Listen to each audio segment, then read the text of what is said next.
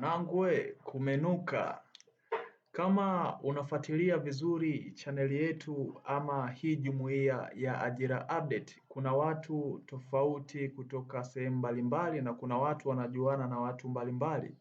Hivyo kuna posti niliyoiposti na baada ya hii posti nimeposti masaa kama 4 yaliyopita.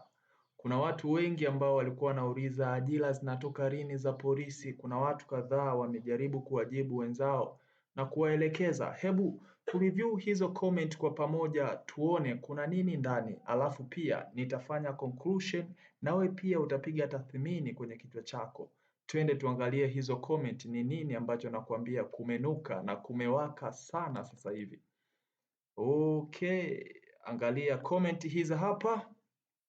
Ngoja ni zoom kidogo ili tuweze kuona. Tukianza hapa mwanzo, Martha Ezekieli alisema habari, hizo nafasi zinatoka lini? Kuna mtu chini yake anaitwa Filipo Juma akamwambia tarehe 8. Understand?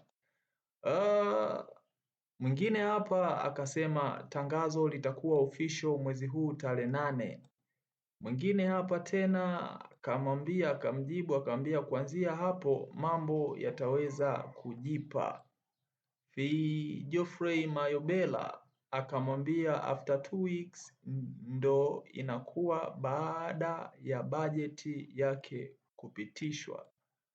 Mwingine akamwambia tarehe 8 mambo yatakuwa mazuri. Nimesoma comment ili ujue kwamba kwenye chaneli yetu tuna watu mbalimbali ambao wametuzunguka na wana ujuzi mbalimbali ama wanafahamu vitu mbalimbali. Ndio maana tunapenda kuweka vitu public, kila mtu awe huru kucomment anachoona yeye ni sahihi, lakini hatuhitaji tu mtu wa comment matusi ama amtusi mtu yoyote yule ama violate sheria, aende kinyume au wafanye utapeli wa namna yoyote ile. Kwa maana hiyo tuwe huru kushare mawazo yetu. Kwa nini? Tuko hapa kuelimishana na kufahamishana habari mbalimbali kuhusiana na ajira. Lakini mimi ninaweza kusema kitu kimoja, kwenye hizi comment zote wote wako sahihi. Kwa nini? Kwa sababu tunafahamu ya kwamba tulishajua kwamba kuna ajira 10,919 ziko mbioni zinakuja.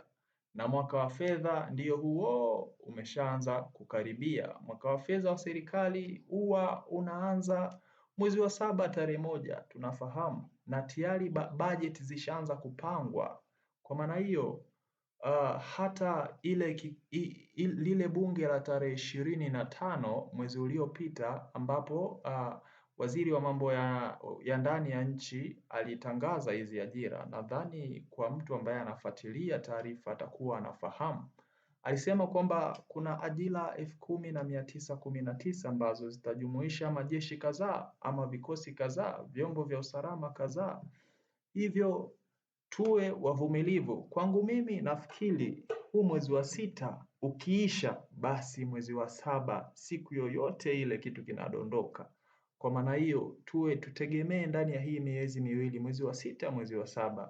Cha muhimu sana ni kuwa chonjo, na naomba kama kuna mtu ambaye amesha attend ajira za polisi, amesha attend usaili wa jeshi la polisi, tukutane kwenye comment, tuanze kufanya majadiliano hivi sasa. Mtu ambaye ameattend kwenye usaili wa polisi wowote ule, tunaomba atupe ronja, tukutane kwenye comment, atupe ronja tuweze kuelimika na sisi tujue mbele yetu kuna kitu gani. Kama mimi vile nilivyowapa ronja ya kuandaa vyeti vyenu, kuvigonga muhuri kwa mwanasheria, kujiandaa kujua namna gani barua tutazisuka.